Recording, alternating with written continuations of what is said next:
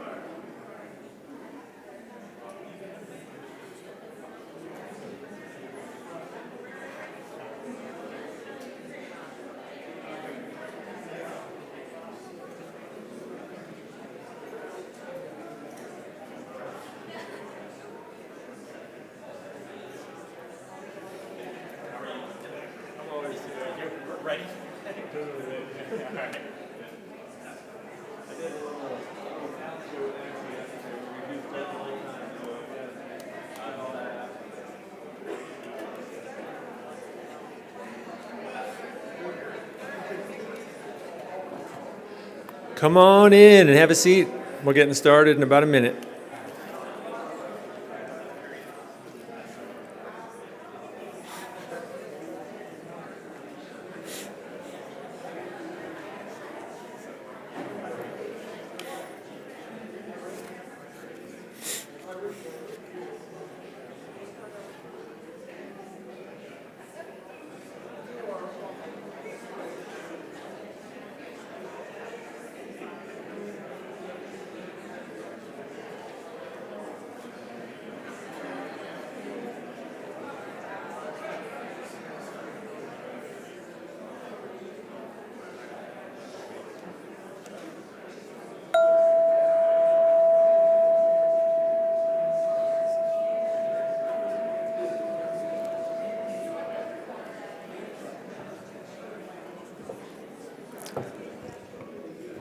Good morning, everyone. So much lively conversation this morning. That's great. I love it. And that it's quieting down for me. Also great. My name is Mike Jones. My pronouns are he, him, and I'm honored to welcome you to the Ethical Society of St. Louis. We are an ethical humanist community where people come together to explore big questions, live with intention, and work toward a more just and compassionate world. Today we conclude our Seeking Truth series. For the last 13 weeks, we explored our ethical humanist belief that reason, evidence, and lived experience are the paths to knowledge. Today's platform invites us to consider truth and knowing one more time. Through story, reflection, and music, we'll explore how imagination can open the door to empathy, and how empathy for ourselves and for others can lead us toward a deeper kind of understanding. As we begin today, please take a moment to silence your devices so we can be fully present with one another. Thank you. I am so delighted that we're joined this morning by Katarra Parson. I get to introduce her for the second time.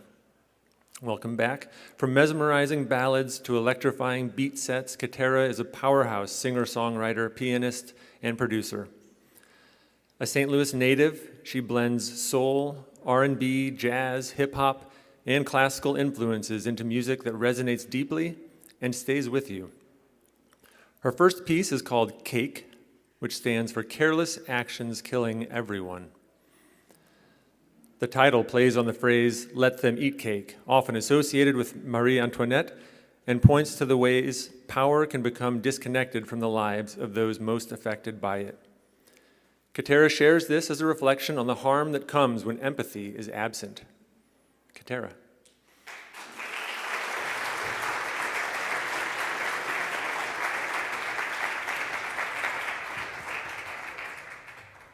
Thank you for inviting me back for a second time. This song, Cake, Mike perfectly explained it.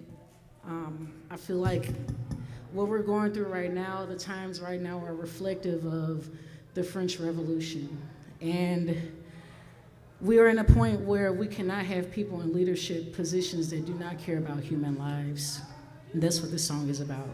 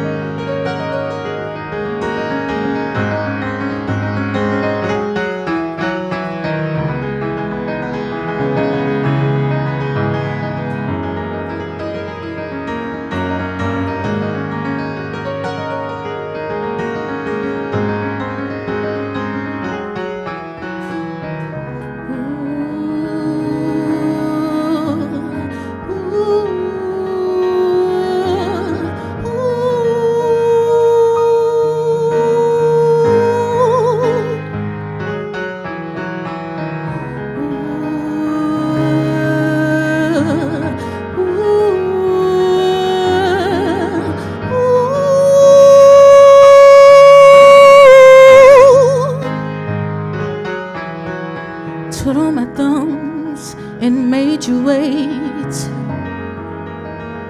Oh, take these crumbs and eat your cake.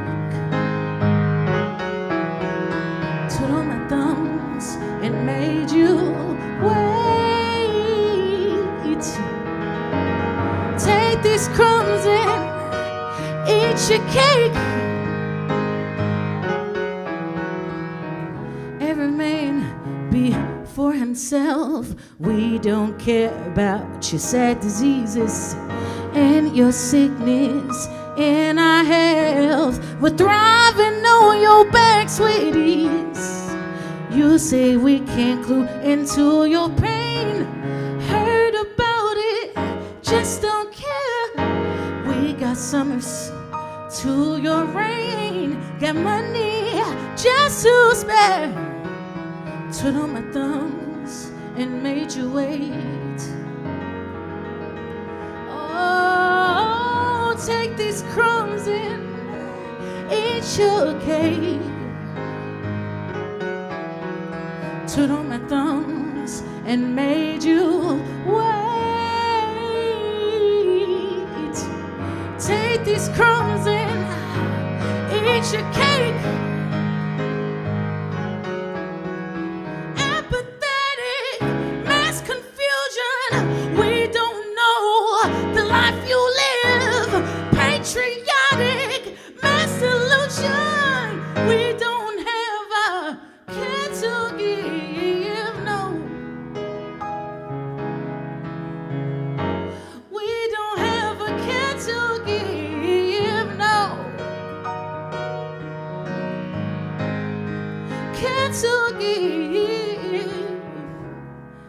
schedules full and pockets fat can see past the girth of our wallets. No, no, no. Lounging high up in our castles while you scrape for direct deposits.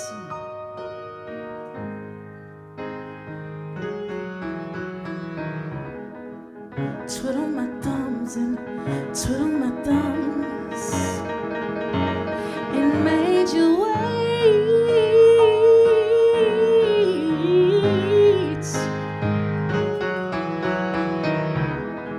Twiddle my thumbs and twiddle my thumbs and made you wait.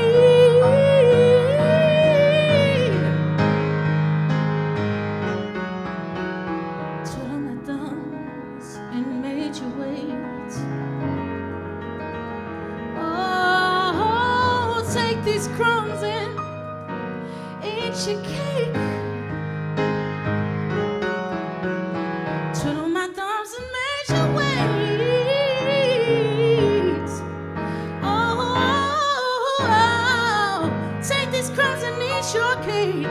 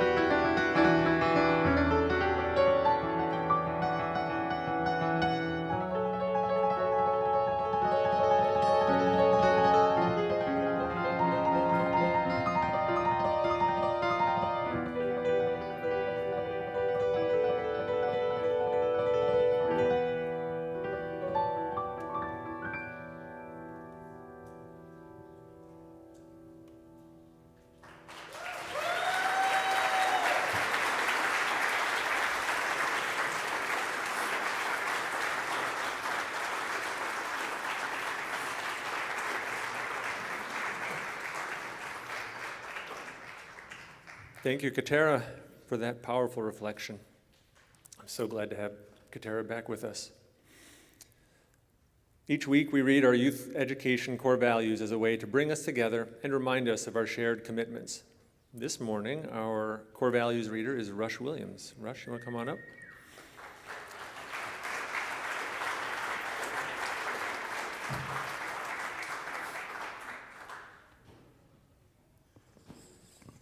Every person is important and unique.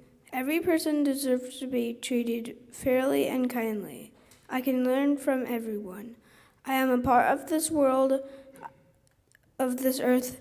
I cherish it and all the life upon it. I learn from the world around me by using my senses, mind, and feelings. I am a member of the world community, which depends on the cooperation of all people for peace and justice. I can learn from the past to build for the future. I am free to question. I am free to choose what I believe.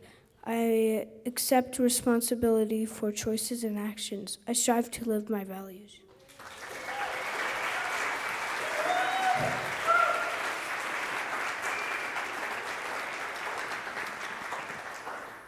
Great job, Rush.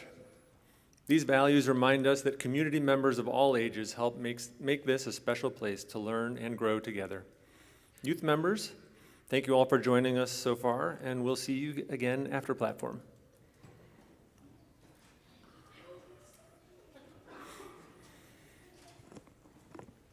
Our next segment, Stories of Ourselves, provides an opportunity to connect with one another more deeply by sharing our stories.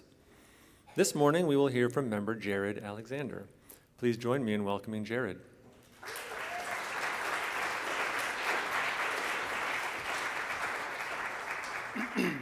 Good morning. My name's Jared. My pronouns are he, him. I want to start by naming something small but true about me. I have ADHD, which means that when a song gets its hooks in me, I don't just listen to it once. I listen to it over and over again, sometimes for days, sometimes for weeks, sometimes for months. Lately, that song has been Love Takes Miles, written by Cameron Winter. This QR is to those lyrics if you would care to read them later. I've listened to it enough that it stopped feeling like background music and started feeling like a description of how love actually works. Not as something tidy or well-timed, but as something that shows up when life is already full and asks you to keep going anyway. The miles aren't physical, they're lived. They're the slow, uneven ground between who you were and who you're being asked to become. That idea has followed me closely lately. Because love showed up for my wife and I this past year in the form of a small human, Nora arrived and immediately rearranged everything, my attention, my priorities, my understanding of time. Suddenly, the future felt closer, not abstract, but embodied, measured in energy and presence and whether I could get down on the floor and back up again. I found myself asking questions I hadn't asked so directly before. Will I be able to keep up? Will I be there, not just now, but years from now? How do I care for what's been entrusted to me? Those questions didn't come with easy answers. They weren't mine to hold alone.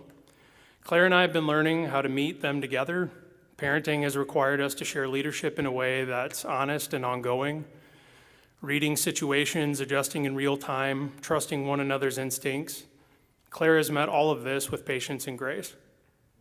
Carrying weight when I couldn't, offering steadiness when I needed it, and making space for us to grow in the work together. She's been a true partner in every sense of the word. Loving Nora and loving Claire in this new configuration of our lives has meant learning to stay present even when things feel inconvenient, unfinished, or even unsuccessful. It meant accepting that love doesn't clear the road ahead, it asks you to walk it anyway. The realization landed squarely in my body. Over the past year, I've lost more than 100 pounds. That sentence sounds simple, but the reason behind it wasn't. Nora's birth made something unmistakable for me. I couldn't control the world she was entering or how much time any of us get, but I could take responsibility for what was within my reach. I wanted to be here, to move with her, to stay engaged in our shared life for as long as my body will allow me. I wanted to show up for Claire, not just emotionally, but physically, able, present, participating. That meant facing fear. It meant making choices that were sometimes uncomfortable and often slow.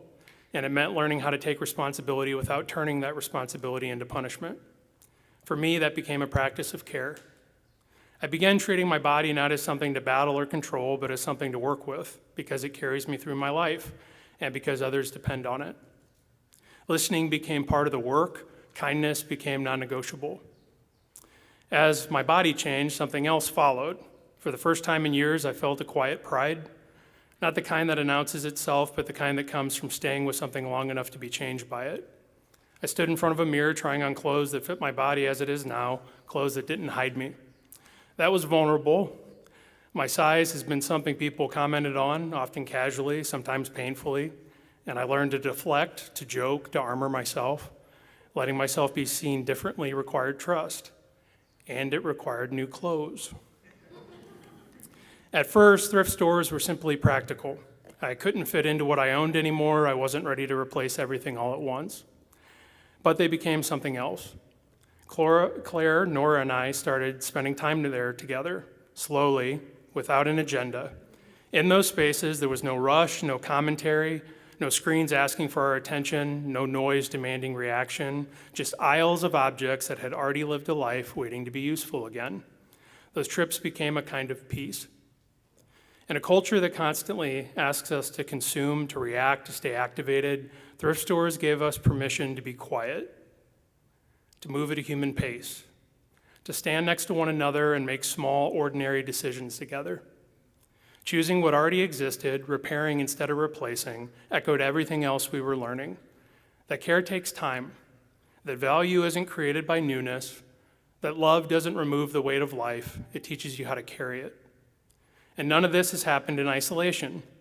I've learned from Nora, who reminds me daily that needs aren't weaknesses, from Claire, whose patience and shared leadership makes this life possible, and from myself, slowly, as I've learned that growth doesn't require erasing who you were to become who you're becoming. Love hasn't made life simpler, but it has made it more meaningful. It has moved me, sometimes awkwardly, sometimes decisively, across ground I wouldn't have chosen on my own, and it's asked me to show up, take responsibility, and keep going even when the road wasn't clear. That's why today I'm also grateful for this community. The Ethical Society can be a place where complexity is welcomed, where growth doesn't require perfection, where stories like mine and yours can be shared without being simplified or judged. In a world that often feels loud, polarized, and unforgiving, this community offers something rare, a place to be human out loud. So what I'd like to leave you with, more as a reminder than a lesson, is this: that love doesn't arrive when it's easy, that it often shows up when life is already full, and that the miles it asks of us aren't a problem to solve, but a path we learn to walk. I'm grateful to be walking some of those miles here with Nora, with Claire, and with all of you. Thank you for being a community grounded in care, curiosity, and trust, and thank you for being a safe place to share my story.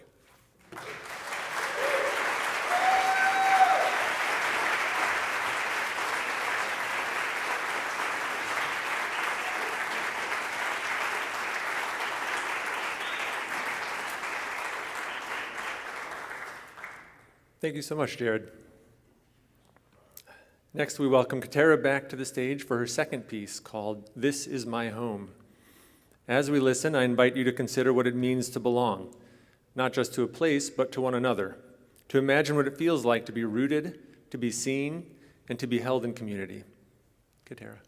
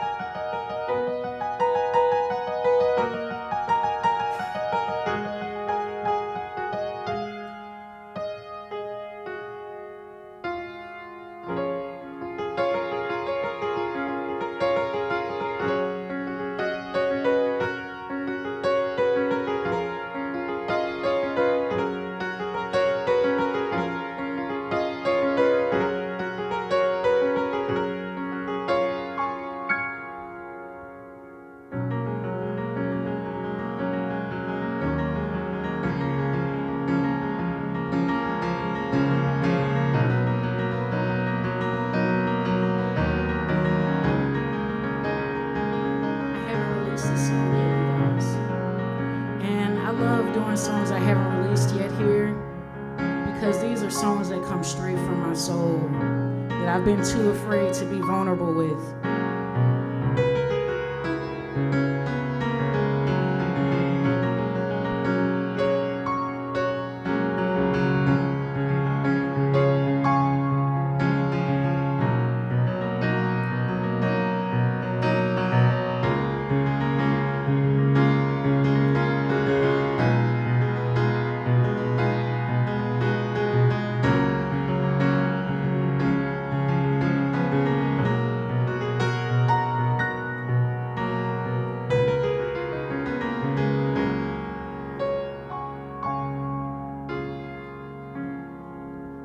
This is my home,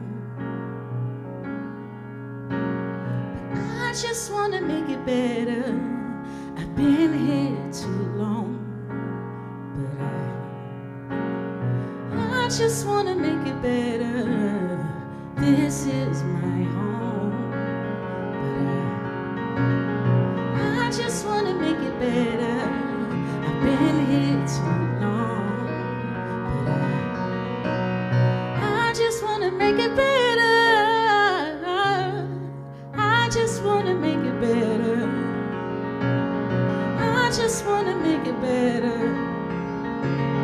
I just wanna make it better. I just wanna make it better. I just wanna make it better. I just wanna make it better. This is my home, but I just wanna make it better.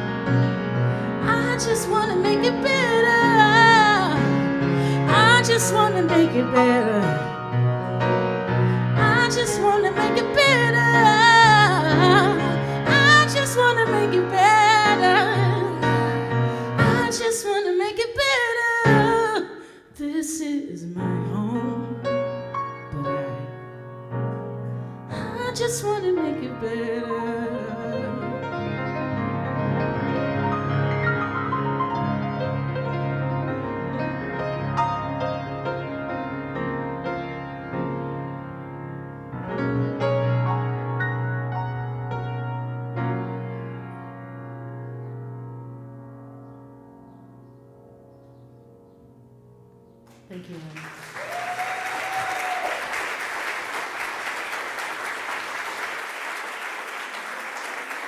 It's for St. Louis. I'm from St. Louis, born and raised, and this is my home.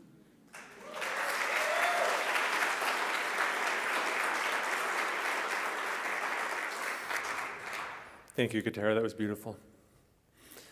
Before our main address, let's pause and reset our attention. Allow your body to release tension and your mind to set aside what can wait as we share one silent minute to prepare ourselves to listen clearly and thoughtfully.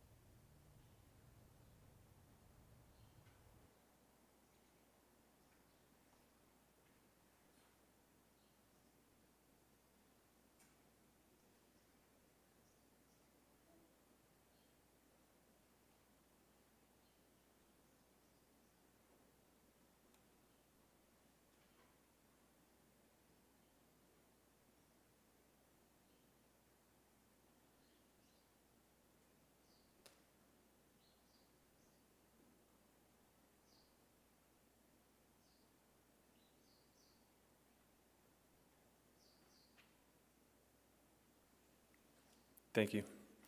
I love the birds chirping during that. It's my pleasure to introduce our speaker this morning, January Kiefer. Jan grew up in Vienna, Austria, where she attended the American International School, an environment shaped by people and perspectives from around the world.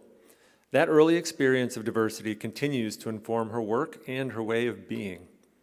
She brings a rich background in the arts, education, and ministry, and holds a doctorate in Art and Theology.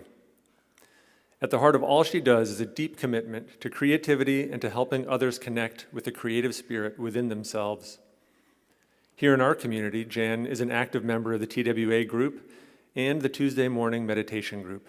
Please join me in welcoming Jan Kiefer.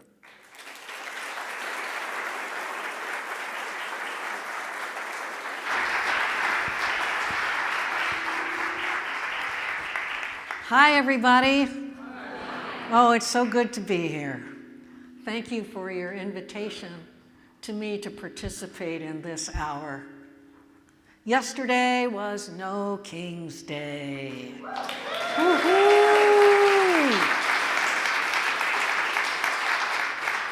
And I was out there among the millions of others across this country, and I was singing. Now, song has been an important part of every protest movement this country has ever seen. And sometimes when we reach a new era, we create new songs. And other times we take the old songs and we reimagine them. One of my favorite old songs, I'm pretty sure you will recognize it, is Wade in the Water. Wade in the water, children, wade in the water. God's gonna trouble the water. Well, that song began in slavery, was revived during the civil rights movement, and it references a passage in the Gospel of John in which the angel of the Lord is said to have come down and troubled the waters of the pool of Bethesda, which at that point became healing waters. But as I thought about that song and this age and this people, I reimagined the word God to be we. We're gonna trouble the water. And indeed, that is our responsibility. We are water troublers. Yes, we are those who know that it is our responsibility to stir up hope and help and healing wherever we can. And so I am delighted to be among all you water troublers today.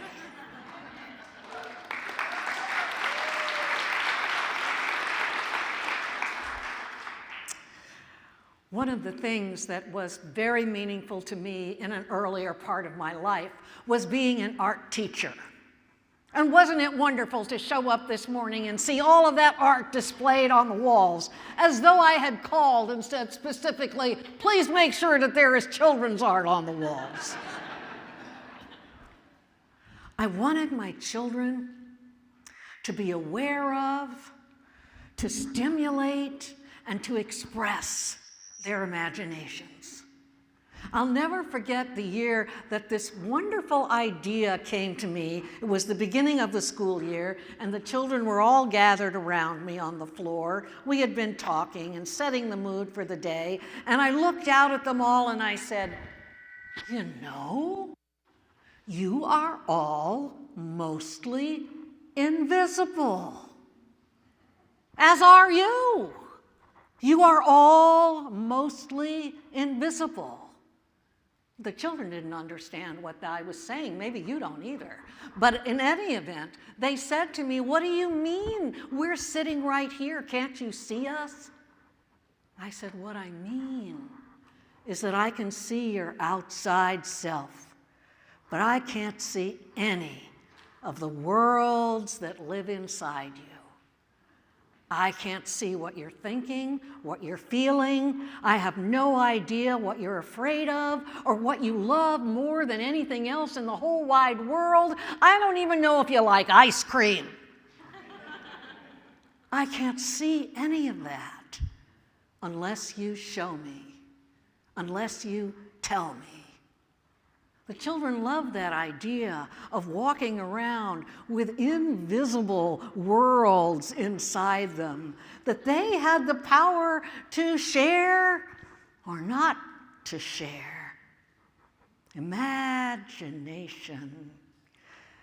Art is what we need to bring parts of the inside world into the outside world. Art has the power to stimulate our imaginations and make the invisible visible and the unknown known. And isn't that a magnificent power to have?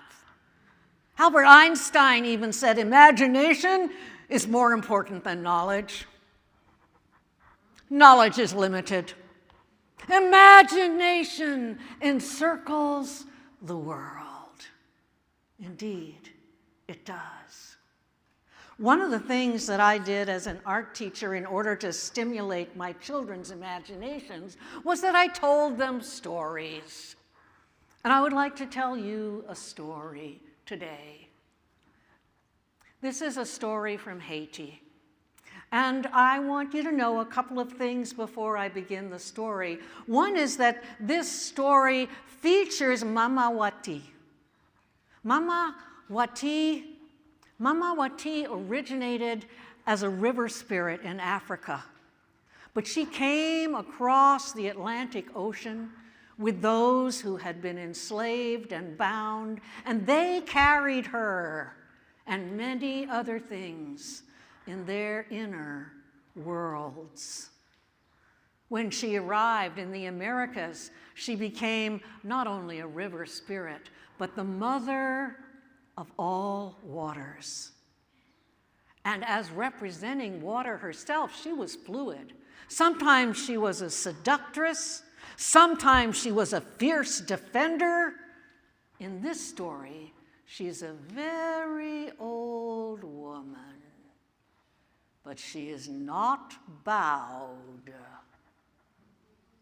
Her skin is as dark and as furrowed as the bark of the mahogany tree. She wears a loose, over-the-shoulder garment and a full skirt, and around her head is tied a magnificent wrap, and all of the textiles are in patterns of blue and white with a silver thread running through them. The other thing I want you to know is that when a story is told in Haiti, the storyteller says, "Crick!" and the listeners answer, "Crock." Crick! Crick! Crick! Oh, good. That is one small example of the tradition of call and response that is so much a part of African and African American culture. It's a way of saying, we're in this together. So, crick. Once there was a girl. She was maybe 11 years old. Her name was Santanis. Her parents had died. She needed to work in order to live. She found work in the home of a mistress who was very demanding and not always kind, but who at least gave her a little bit of money, food, and a place to stay. There was another person who lived in the house. That was the mistress's daughter. Her name was Renee. Now, Renee was not at all like Santanis. Renee liked nothing better than to lounge on the galerie, the little front porch of the house, and gossip with whoever happened to be passing by. Now, one day, the mistress said to Santanis, "The silverware needs washing. Go and wash the silverware, girl." So Santanis picked up and bundled up all of the silverware. She went to the river, knelt down. She's washing out the soup spoons, the knives, the forks, the ladles. And just as she's finishing with the teaspoons, one little silver teaspoon drops through her fingers, falls into the water, and is carried away by the current. Oh, no, mistress will be so angry. What should I do? Mistress will be so angry. But she goes home with all of the silverware that she still has, and mistress is indeed very angry. And she says, "You go. Allez, go. I want you to find that silver teaspoon. Do not come back here without that silver teaspoon. Allez, now." What could she do? She walks back down to the river. She's crying. She cannot swim. She knows she cannot enter into those waters and find wherever that silver teaspoon has wound up. She continues walking down the river's edge, sometimes crying, sometimes not. And sometime in the afternoon, she sees a figure sitting on a huge stone next to the river's edge. This is Mama Wadi. Now, she doesn't know that, but you do. And when she gets to Mama Wadi, she says, oh, bon après-midi, grand-mère. Very respectful, you see. And Mama Wadi answers her back, bon après-midi, ma petite fille. Would you mind washing my back? Oh, I can wash your back. There's a bucket next to the old woman, and there's a sponge and soap, and so Santanis goes down to the river, fills the bucket with water, brings it back. The old woman lifts up the back of her shirt. Oh, her back. Her back is pocked and pitted and scarred and furrowed, and it is so rough that when Santanis begins to wash her back, her own knuckles and her fingertips begin to bleed. But she finishes washing her back as gently as she can. And then Mama Wadi says, let me see your hands. She shows her hands. Mama Wadi takes them in her own.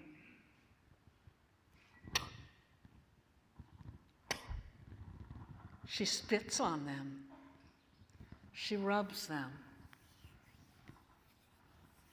She releases them. Santanis's hands are healed. Then she says, you were crying earlier. I saw you and I heard you crying. Why were you crying? Santanis tells her all about the teaspoon and how she needs to get it back, and she won't be able to work and live unless she finds the silver teaspoon. And Mama Wadi says, well, I think I can help you tomorrow, but it is evening now. Come, let us go home. So they go to Mama Wadi's house, which is a little cottage further up in the mountains in a grove of guava trees with a stream running along the side. And I tell you that when Santanis entered the house, she felt such a sense of calm and comfort and safety that she had not felt in a long, long time. She slept very well that night, even though sometimes she woke up because she heard, ooh, ooh, ooh, ooh. That comforted her also. The sounds of the night, when they are there, can be of great comfort. When she woke in the morning, Mama Wadi said to her, today, I need to go out for a while. I will tell you about the teaspoon, but first, please make a meal for us. And she took out a bean, a bone, and a grain of rice. Please make this meal. Oh, with all due respect, grand-mère, I do not know how to make a meal out of a bean, a bone, and a grain of rice. And Mama Wadi said, just put them in the pot, put the water in the pot, put the pot on the fire, and start stirring it, and you will soon see. All right. Oh, by the way, if when I am gone, a cat comes in here, kick it. And then she left. And Santanis thought, why would I kick a cat? That does not seem right to me. And yet, this is what the woman who had healed her hands and brought her into her home and allowed her to sleep there and was going to tell her about the silver teaspoon. So maybe she stopped thinking about the cat and got on with making the meal with the bean, the bone. Oh, if you were kids, you would be saying, and the grain of rice. She put them all into the pot, put the pot on the fire, and began stirring. She stirred faithfully, and after a while, she began to see that whatever was in the pot was thickening. It was becoming a most magnificent gumbo, a kalaloo filled with potatoes and onions and garlic and pimento peppers and smelling wonderfully. She took it off the fire.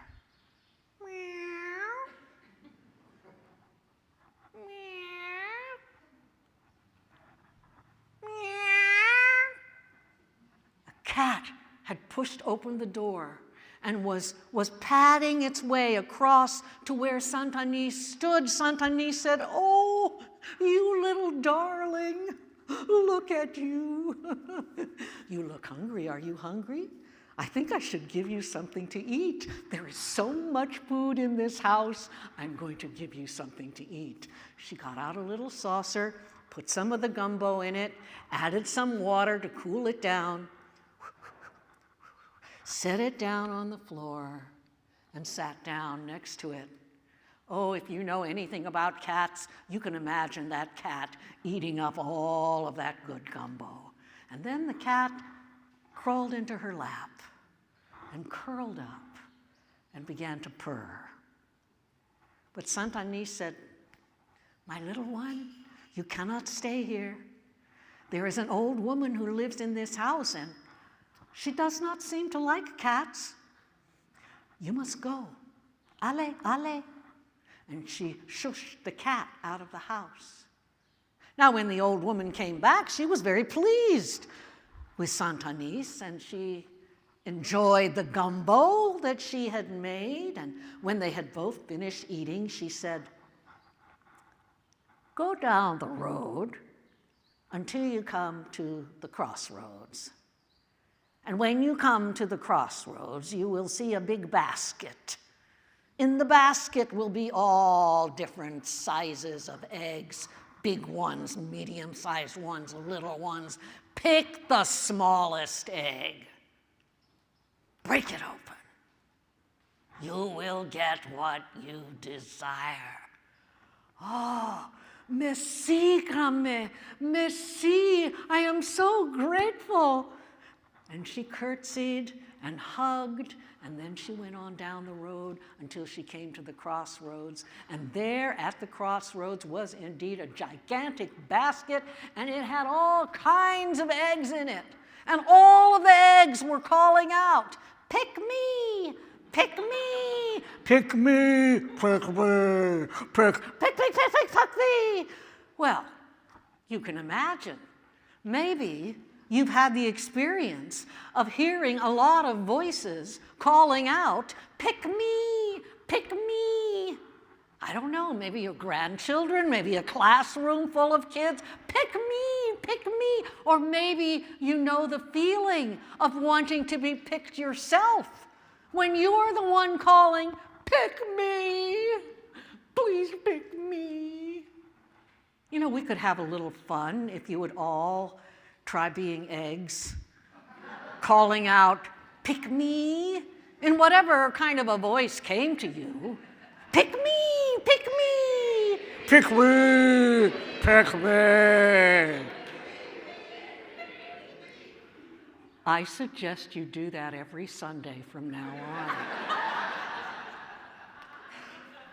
Saint Agnès picked the smallest egg, broke it open, and out of that egg came a small wooden mahogany box that began to grow and grow and grow. And she saw that it had a marvelous carving on it, a carving of a little house and guava trees and a stream.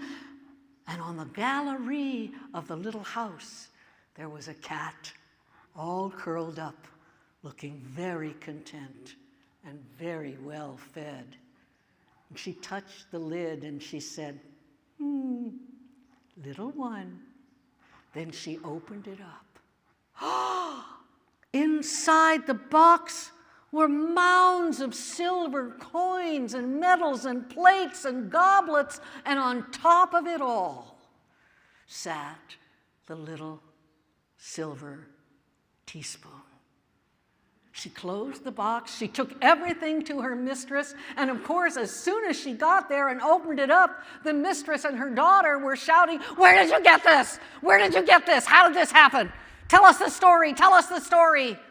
So of course she did, but she didn't mention anything about the cat. Because after all, what had happened between her and the cat, she hadn't even told Mama Wati about that.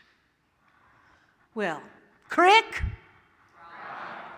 I'm going to break the story here because I'm guessing that as you've been listening to this story, you've been thinking, I've heard that before. I know about these kinds of stories. I know that in this story you're lifting up one character and comparing it to another character, and you've got your kind, polite, hardworking character, and you've got your lazy, mean, rude character. I know this one.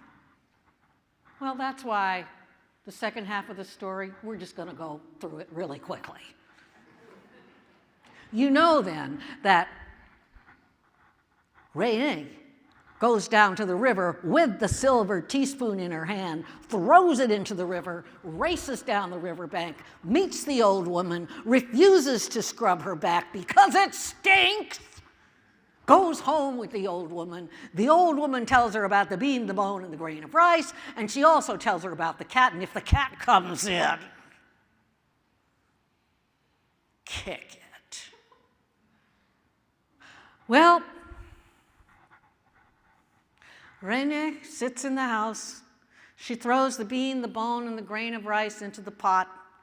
She stirs it half-heartedly. She gets bored. She stops stirring. It burns. She's got a big mess. Meow. And when the cat comes in, pow, pow, pow! She kicks it so hard, she breaks one of its legs.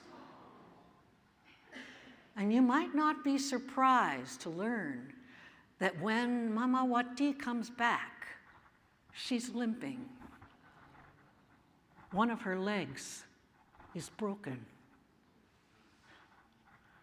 And she says, "Ma petite fille, I can do nothing with you. Your heart is too hard. Allez, go now, go. But what about the eggs? Allez." Well, Renee walks down the road. She finds the basket of eggs, and all the eggs are hollering out, "Pick me!" She picks the biggest egg, of course. She can hardly hold it. She drops it. It opens up, and millions of tiny little stinging, chewing insects come out, and they eat her all up. There is not even a buttonhole left. C'est baguette tout fini. That is the end of that story. Now, oh, thank you. Thank you so much. I hope you had as much fun watching the interpreter as you did me, because I've worked with interpreters before in the St. Louis Storytelling Festival. Sometimes they're better than the storyteller. But don't tell anybody that I said that. The interesting thing about this story, well, there's lots of interesting things, but one of the interesting things about this story is even though there are close to 100 variants of this story around the world, this is one of the rare ones that includes what I call the test. The test. What is the test? The cat! The cat is the test. Will Santanis kick the cat, even though this very powerful woman has told her to? She obviously doesn't want to, and she does not kick the cat. Her principles override whatever allegiance she might have felt for this very powerful figure.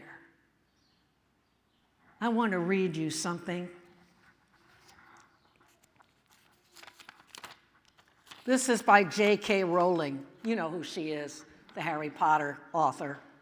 Imagination is not only the uniquely human capacity to envision that which is not, it is the power that enables us to empathize with humans whose experiences we have never shared. With humans whose experiences we have never shared. And I would say with cats and whales and bees and whatever else is out there, there needs to be some kind of a deep connection in order for us to treat others with respect and understanding and love. In a world that screams at us, "Kick the damn cat already!" we won't. We don't. Because we aspire to be ethical. We aspire to be empathetic. We know who we are. We are the water troublers. We are the pot stirrers. And we will not kick the cat. I think that's why we show up on a Sunday here. Yes, it's to learn and be informed, but I think it's also to be inspired, to be encouraged, to find community and joy and love, and yes, to imagine who it is we might become and what it is we might yet do. Imagine. Now, I'd like to close out by inviting you to sing "Wade in the Water" with me. I will supply the short verses that I've reimagined, and let's use the we. Wade in the water, wade in the water, children, wade in the water. We're gonna trouble the water. Who's that yonder dressed in red? Must be the ones who were beaten and bled. Wade in the water, wade in the water, children, wade in the water. We're gonna trouble the water. Who's that yonder dressed in white? Must be the ones looking for the light. Wade in the water, wade in the water, children, wade in the water. We're gonna trouble the water. Last verse. Who's that yonder dressed in blue? Ha! Must be the ones who are waiting for you. Wade in the water, wade in the water, children, wade in the water. We're gonna trouble the water.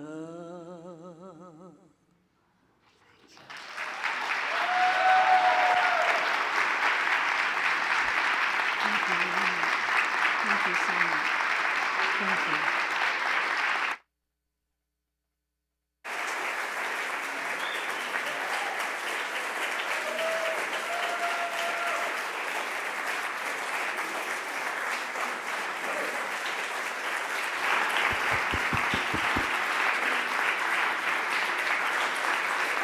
Thank you.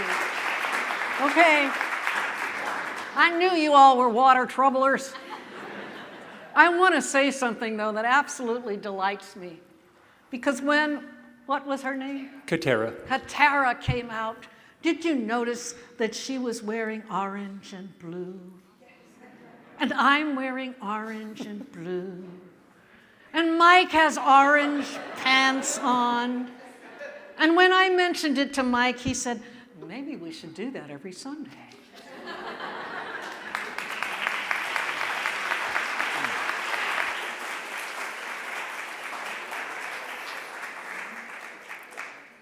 Thank you, Jan. Thank you so much. We do indeed. I do show up here for inspiration. That was wonderful. I'll talk to Claire about putting the pick me in the script, but I'm not making any promises about that. At the Ethical Society of St. Louis, our mission shapes everything we do, from Sunday platforms to youth programs, music, service, and partnerships in the wider community. Our work is sustained through the generosity of our members and friends. Today's collection supports the ongoing life of the Ethical Society and allows us to continue offering programs, gatherings, and opportunities to live our values together. Most members of our community support the Ethical Society through regular monthly giving or an annual gift. For those who'd like to contribute in person today, the collection baskets and the QR code on the screen are simple ways to participate. Every contribution helps bring our mission to life. If you'd like to stay connected to our community, we invite you to subscribe to our weekly newsletter for updates on upcoming programs, service opportunities, and ways to get involved. Now let's take a moment to hear an announcement about what's coming up today. Everyone is invited to join the Building and Grounds team meeting today after platform in the boardroom. Come be a part of the discussion and help care for the building and its grounds. That's it for the announcements today.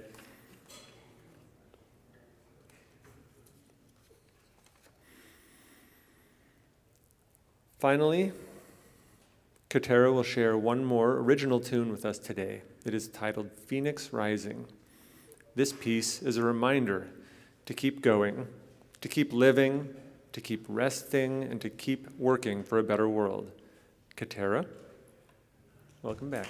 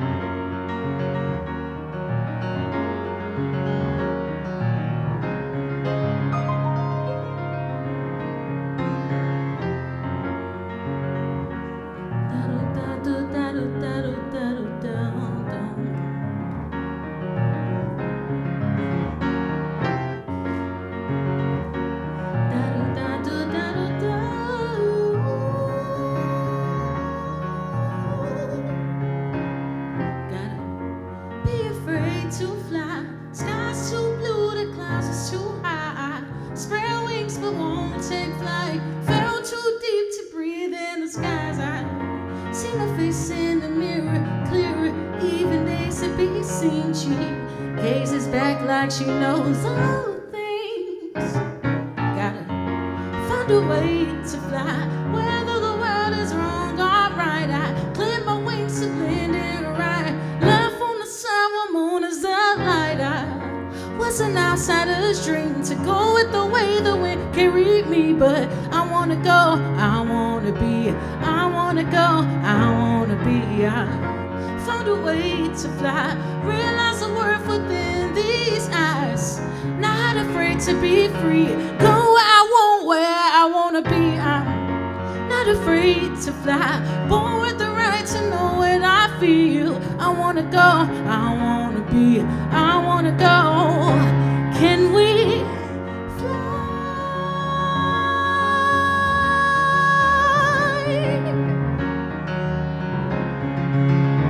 Can we fly?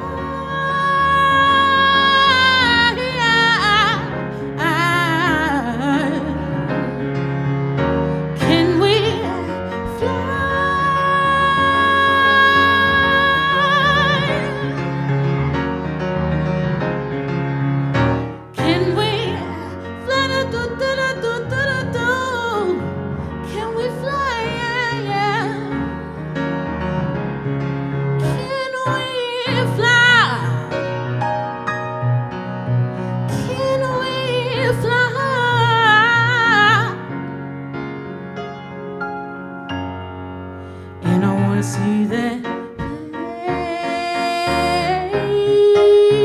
face. I just wanna be what I wanna be, young, free, young, free. Let it be today. I just wanna be who I'm supposed to be. Not afraid to be who I really am, the only true me. I catch my face in the mirror, clearer days ahead of me, so I see no tears on my face. Kissed by the sun, the warmest of days. I finally go where I'm meant to be. Ashes to ashes, but the new me. Finally go where I'm meant to be. Ashes to ashes, but the new me. Finally go where I'm meant to be. Ashes to ashes, but the new me. Finally go where I'm meant to be. Ashes to ashes, but the new me. Yeah, yeah, yeah, yeah, yeah. Can we fly?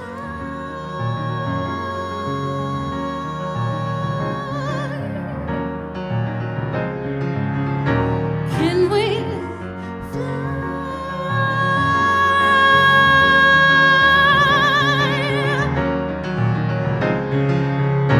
Can we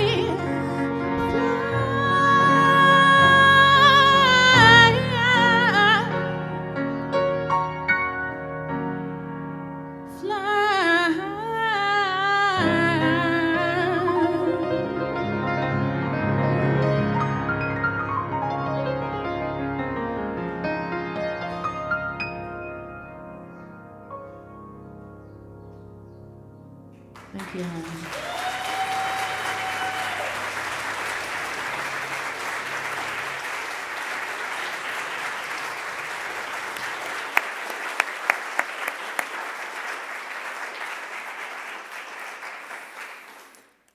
Thank you to Katarra Parson for sharing music that confronts injustice and reminds us what's at stake and how we treat one another. I am so glad you came back and that I got to introduce you again today. It was a pleasure. Thank you also to Jared for sharing your story with us and showing how care and responsibility take shape in real life through relationships with ourselves and with others. Jan pointed out that we're mostly invisible. You made yourself considerably less invisible to us today. I appreciate that. And thank you to Jan for guiding us through story and reflection and for reminding us that understanding one another more fully is a path toward deeper knowledge. A special thank you as well to our ASL student interpreters, Calvin and Avery, for their work to increase accessibility in our world.